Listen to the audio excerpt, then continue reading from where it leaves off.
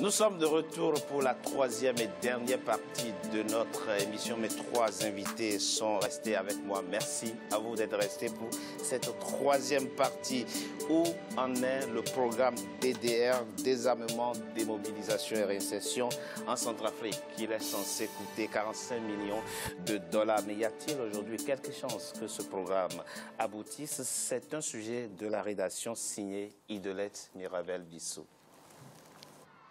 En Centrafrique, le programme DDR, désarmement, démobilisation et réintégration, s'est concrétisé en avril 2017. Pour la première fois, les 14 groupes armés se sont retrouvés autour de la table du comité consultatif de suivi chargé de piloter le programme DDR les 20 et 21 avril. Cette initiative des autorités s'inscrit dans la volonté de l'État de réduire les violences communautaires et à instaurer la sécurité dans tout le pays. Nous essayons d'assurer autant que faire se peut la réinsertion économique de ces personnes. L'objectif est finalement de créer des associations professionnelles qui mélangeront Anti-Balaka et membres de la communauté du KM5 et d'ex-Seleka. Le DDR est invoqué sans relâche par le président centrafricain Faustin Archange Touadéra depuis son arrivée au pouvoir en mars 2016. À la tête d'un pays qui peine à se relever du conflit provoqué en 2013 par le renversement de l'ex-président François Bozizé par la rébellion Seleka dominante musulmane, la contre-offensive des miliciens anti-Balaka majoritairement chrétiens a provoqué des milliers de morts et des centaines de milliers de déplacés. Et ce programme désarmement, démobilisation, réinsertion initié pour un retour de la paix n'est pas sa première expérience en Centrafrique. Les précédentes se sont à chaque fois soldées par des échecs. La RCA a connu déjà deux expériences de DDR qui ont échoué. Le premier, c'est sous le régime de Patassé. Patassé l'a initié pour se débarrasser des soldats qui n'étaient pas acquis à sa cause. Sous Bozizé, le financement était géré d'une manière opaque. Et ça mécontentait ceux-là même qui devaient être démobilisés, désarmés. Ils ont boycotté ce programme. Malgré des avancées observées en Centrafrique, le mal demeure. Pour une certaine opinion, le chemin vers la sécurité et la cohésion sociale en Centrafrique reste parsemé d'embûches. Il serait difficile de convaincre les rebelles qui ont pris goût aux activités illicites qui alimentent leur fonds de commerce au quotidien de tout abandonner sans aucune garantie financière rentable. Si l'espoir est permis chez certains, d'autres restent pessimistes. Le DDR ne va pas marcher.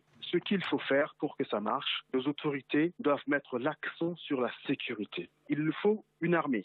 Et l'armée, il y a un travail qui a déjà été amorcé par la mission EUTM pour former nos militaires. Le programme de désarmement, démobilisation, réintégration et rapatriement est estimé à 45 millions de dollars. 15 millions de dollars sont financés par le gouvernement et la MINUSCA, la mission intégrée des Nations Unies pour la stabilisation en Centrafrique.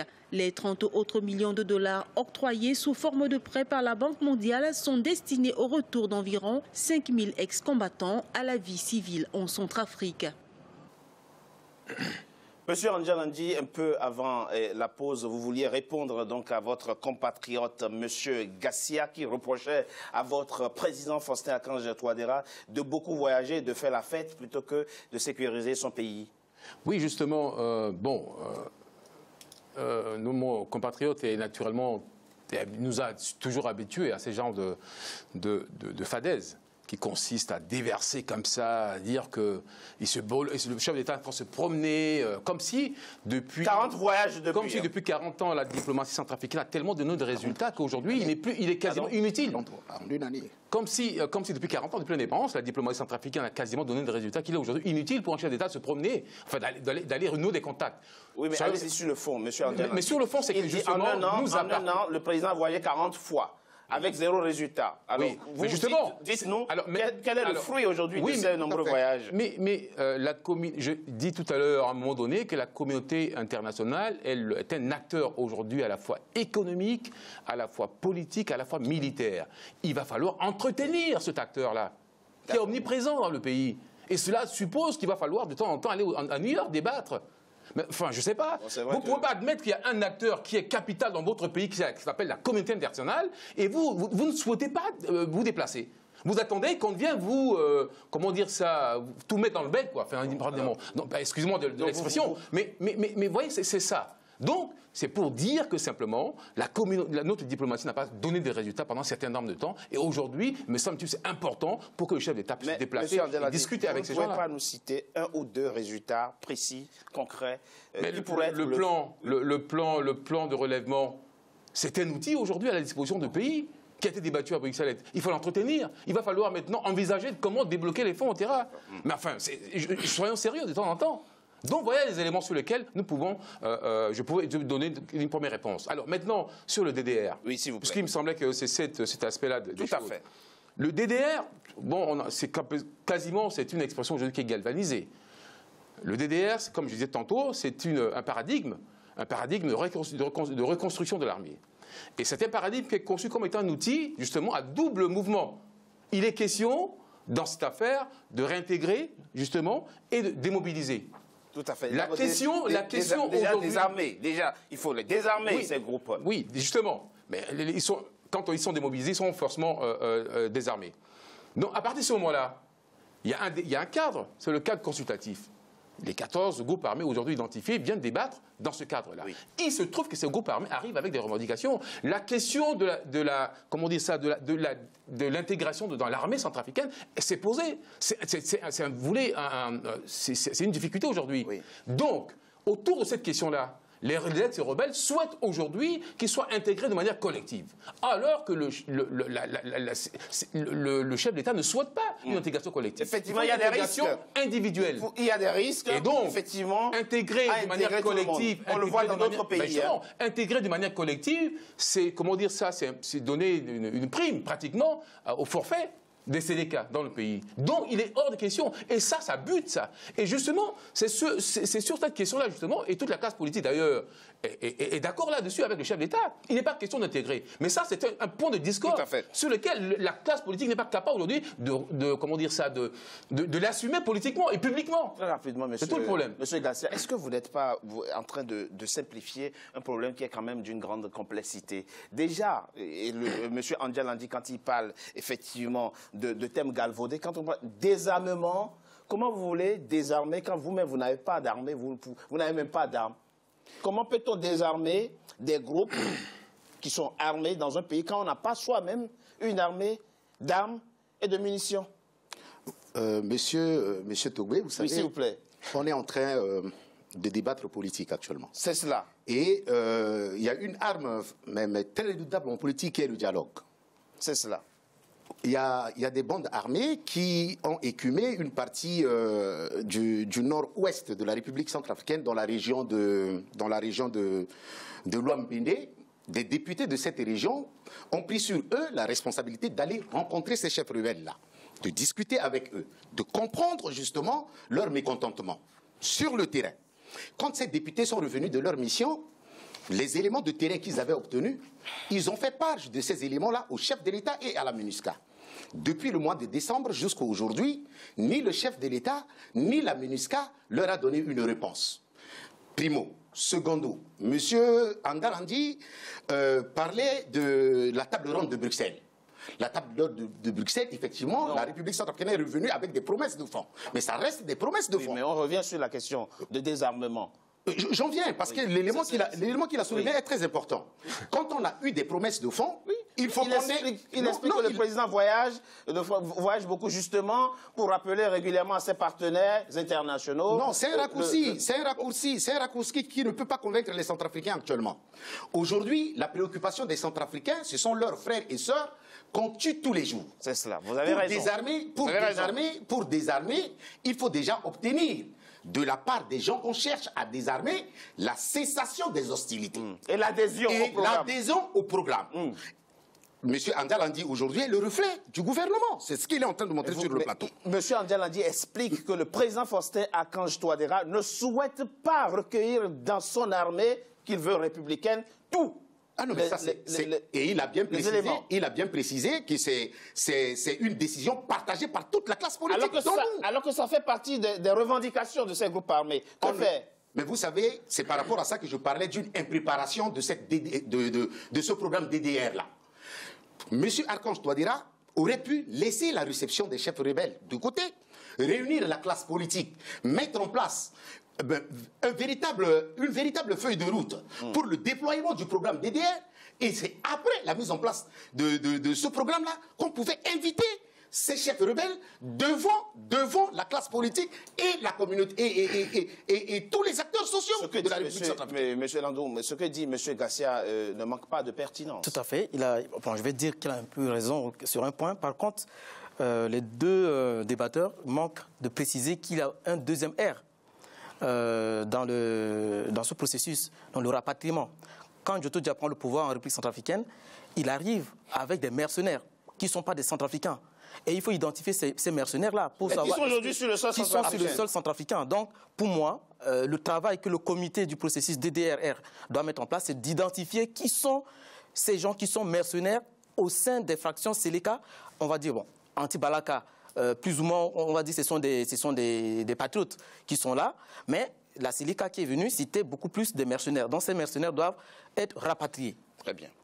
Monsieur Angelandi, il est important que vous répondiez par rapport à l'un des points évoqués par Monsieur Gassia, à savoir que le président Faustin Archange Touadéra ne consulte pas assez sa classe politique. Pourquoi fait-il face de façon solitaire aux problèmes des Centrafricains qui concernent tous les Centrafricains? La question, on entend les deux débatteurs avec moi, j'ai une idée, j'allais dire, de l'infini finalement. On a une idée de ce que c'est que l'infini, parce que c'est quand même ahurissant. Qu'on puisse penser comme ça, qu'on va réduire comme ça des questions qui sont très techniques à juste à quelques mots parce qu'on fait de la politique éternelle. Non. Y a-t-il un creuset? Il y a la rencontre. Quand on parle de dialogue, le chef d'État, quand il est en dialogue avec les rebelles, c'est pas un dialogue de confort. Ils ne sont pas en train de parler de tambouille. Ils sont en train d'essayer de dénouer certain nombre de problèmes. La revendication politique que les rebelles apportent au sein du DDR, au sein du comité consultatif. Que votre compatriote est en train de regretter. Oui, c'est une question de méthode, ça. C'est une question de méthode. Tout à fait. Mais on peut faire le choix d'une méthode ou d'une autre. C'est pas une faute en soi de faire le choix d'une méthode. D'ailleurs, il n'y a pas plus tard que hier, le chef d'État a rencontré l'ensemble de la classe politique. Et avant-hier, a rencontré l'ensemble des députés. Mais vous pensez qu'il n'y a pas de débat de l'Assemblée nationale, M. Mekassoua, effectivement. Alors, hier, cette rencontre... Il va falloir que mon compatriote Gassia révise un peu son annale. Parce que c'est quand même grave. Qu'il n'oublie simplement que... Vous nous parlez de jeudi, mais lui, il vous parle de ce qui aurait dû se passer avant. Est-ce qu'il y a un risque? Pendant que vous y êtes, M. Angelandi, dites-nous, quel risque potentiel y a-t-il à consulter tout le monde, à créer un cadre, un creuset de rencontre de tous les acteurs politiques de la Centrafrique pour faire face à ces problèmes-là? On ne peut pas passer son temps à simplement débattre, discuter, rencontrer les gens. Vous faites courir au pays un risque, j'allais dire, indu. D'accord. Le seul fait de passer son temps comme ça, à rencontrer les gens, à discuter, alors que le problème, il est là. La classe politique centrafricaine est parfaitement au courant de l'hostilité, des hostilités qui sont aujourd'hui déplacées. Vous êtes en train de dire, M. Angelandi. Ce temps, il se le trouve pour recevoir les chefs rebelles. Qui n'apporte pas de solution au problème centrafricain. Le chef de l'État reçoit les rebelles en tant que partenaire dans le cadre du DDR. Il ne reçoit pas de manière... C'est pas un confort pour le chef de l'État de rencontrer ces gens-là. Vous rendrez service à M. Faustin Archange Touadéra et au pays en lui demandant d'avoir un dialogue avec les véritables acteurs. Et le contraire, c'est que... Monsieur Angelandi, vous le savez, vous êtes en train de faire courir un risque indu au pays en voulant systématiquement que le chef de l'État puisse passer son temps à dialoguer avec Diallo Guélé et ne pas dialoguer avec Diallo Guélé. Non, simplement, c'est une faute. Non, Monsieur Angelandi vient d'évoquer le cas de la réception des hommes politiques par le chef de l'État d'hier. Ce qu'il a oublié de dire, c'est que cette rencontre a eu lieu. Je vais vous le dire, je vais vous dire dans quel contexte, justement. Cette rencontre a commencé depuis le mercredi. C'est vrai. Sur la demande du bureau politique, du bureau de l'Assemblée nationale, conduit par son président, M. Karim Mekassoua. C'est à l'issue de la rencontre des députés avec le chef de l'État que les députés ont dit clairement au chef de l'État ce que je viens de vous dire. Que, Monsieur le Président, vous ne pouvez pas continuer de recevoir des chefs rebelles alors que vous avez des hommes politiques dans le pays. C'est à la sortie de cette rencontre avec les parlementaires que le chef de l'État a appelé les responsables politiques hier aux alentours. Monsieur Andjé Landji est en train de nous expliquer que c'est une question de méthode. Que le président a fait le choix. Que le président a fait le choix, effectivement, d'adopter une méthode qui n'est visiblement pas la vôtre. Qui n'a pas surtout donné de résultats. Je regrette aussi que mon compatriote puisse avoir une lecture spécieuse de ce qui s'est passé avant-hier. Il n'est pas question de ça. C'est suite aux événements de Bangassou, puisque je vous ai dit tout à l'heure qu'il y a eu un complot qui, à un moment donné, une partie de la classe politique a servi de relais. Et il était question... Puisqu'il était question de rencontrer cette classe politique-là pour apurer la problématique. C'est ça la question. Monsieur Andjé Landji, très rapidement, vous avez évoqué un point précis. Les groupes armés revendiquent d'être enrôlés dans l'armée. De manière collective, oui. Voilà, de manière collective. Le président Faustin-Archange Touadéra n'en veut pas. Il est hors de question. Qu'est-ce qu'il faut faire maintenant? Mais justement, c'est pour ça. Quelle est la suite? Mais la suite, c'est qu'aujourd'hui, il va falloir les convaincre. C'est justement pour ça que les gens pensent que le chef d'État rencontre les rebelles. Mais c'est pour les convaincre de l'utilité, de la nécessité d'aller donc au désarmement, mais sans passer par une réintégration collective. Monsieur Landau, c'est ça l'enjeu. Quelle chance de réussir effectivement à convaincre ces groupes armés? Pour ma propre lecture, moi je dirais que ce désarmement concerté ne va pas apporter un fruit. Parce qu'on ne peut pas négocier aujourd'hui avec des terroristes. Que cela soit aux États-Unis, que cela soit en France, on ne peut pas négocier avec des terroristes. On ne peut pas non plus les terroristes quand on n'a pas d'armes, quand on n'a pas d'armes. Effectivement. Mais on le disait tout à l'heure. Il y a eu un mandat. L'ONU a donné un mandat. Il y a une force onusienne sur le terrain. D'accord. Cette force onusienne doit exécuter la résolution qui lui a été attribuée. Ce qui n'est pas fait jusqu'à là où nous parlons. Vous avez évoqué tout à l'heure le général Keïta qui a dit on ne peut pas tout le monde. Sa mission, la mission de la MINUSCA, ce n'est pas de tuer tout le monde. Alors donc on voit là aussi l'insuffisance. Exactement. La faillite. Voilà. Aujourd'hui, la question aujourd'hui, et très rapidement, ce sera la dernière, s'il vous plaît, c'est que faire? Aujourd'hui, comme on disait, M. Yakito, le ministre de la Défense, l'a si bien dit, il a 700 hommes. Et je ne suis pas sûr de comprendre ce que Roger dit, qu'en 30 minutes, on va tuer les éléments de la FACA, les 700. Non, je ne crois pas, puisque le président, je dis le président Onanga, le représentant de la MINUSCA, Anyanga, l'a si bien dit. Oui. Il faut qu'il y ait une filière d'achat d'armes pour que ça soit contrôlé, pour doter la FACA avec cela. Vous revenez à la proposition de contourner, de contourner l'embargo, donc de demander une mesure. Ce sont les hommes bien formés qui peuvent bien répondre à ces besoins-là. Alors, très rapidement, dites-nous la solution, outre la question de dialoguer avec la classe politique que le président ne privilégie pas, en tout cas comme méthode. Que faut-il faire aujourd'hui pour sortir, en tout cas pour lancer une ébauche de pistes de sortie de crise dans votre pays? Vous savez, les bandits n'entendent qu'un message de force. S'il vous plaît. Monsieur Faustin-Archange Touadéra, depuis 14 mois, veut désarmer les cœurs. Le désarmement des cœurs n'a pas donné de résultat. Comme M. Roucha vient de le dire, la MINUSCA dans notre pays a un mandat précis. Les gens qui continuent, mais vraiment de porter atteinte à l'intégrité physique des populations civiles, il faut utiliser la force quitte à les neutraliser. Voilà, en tout cas, la vision, la proposition que nous avons fait. Nous avons à faire et que nous avons déjà fait au président Faustin-Archange Touadéra. Utiliser la force pour stopper justement cette violence-là. Parce qu'il n'y a pas d'armée. Hein. Bon, peu importe. Utiliser la force, nous avons, j'étais clair, nous avons la force de la MINUSCA. Donc il faut redéfinir, il faut renégocier. On n'a pas besoin de renégocier, le mandat est clair. Le mandat est clair. Le mandat est clair, ils ont les moyens, ils utilisent les moyens. Votre mot de la fin très rapidement, M. Andjé Landji. Non, je voulais simplement dire que la faillite finalement, ce n'est pas la faillite de la MINUSCA. La faillite, c'est une faillite morale d'une partie de la classe politique qui, au premier coup de fusil dans le pays, tire à boulet rouge sur le chef de l'État. Alors qu'ils comprennent, ils savent très bien quelle est la nature du problème. Et donc c'est ça, c'est cette faillite-là, cette faillite morale aujourd'hui. De vouloir systématiquement instrumentaliser l'horreur. Il y a un point aussi à je finis là simplement. Oui. Et dans cette question-là, on ne parle pas de Centrafrique, on parle de Doluguélé, on parle de gens comme ça. Non, de temps en temps, il va falloir que la classe politique centrafricaine est capable de parler de Centrafrique à un moment donné. Roger, Voilà. Roger Andjalandi, vous êtes le coordonnateur général de la majorité présidentielle Zone Europe en charge de la communication. Merci d'avoir participé à ce débat. Nous n'avons malheureusement pas beaucoup de temps, mais on reviendra sur la question sécuritaire dans votre pays. Fred Edgar Garcia, conseiller national de l'URCA, l'Union pour le renouveau centrafricain.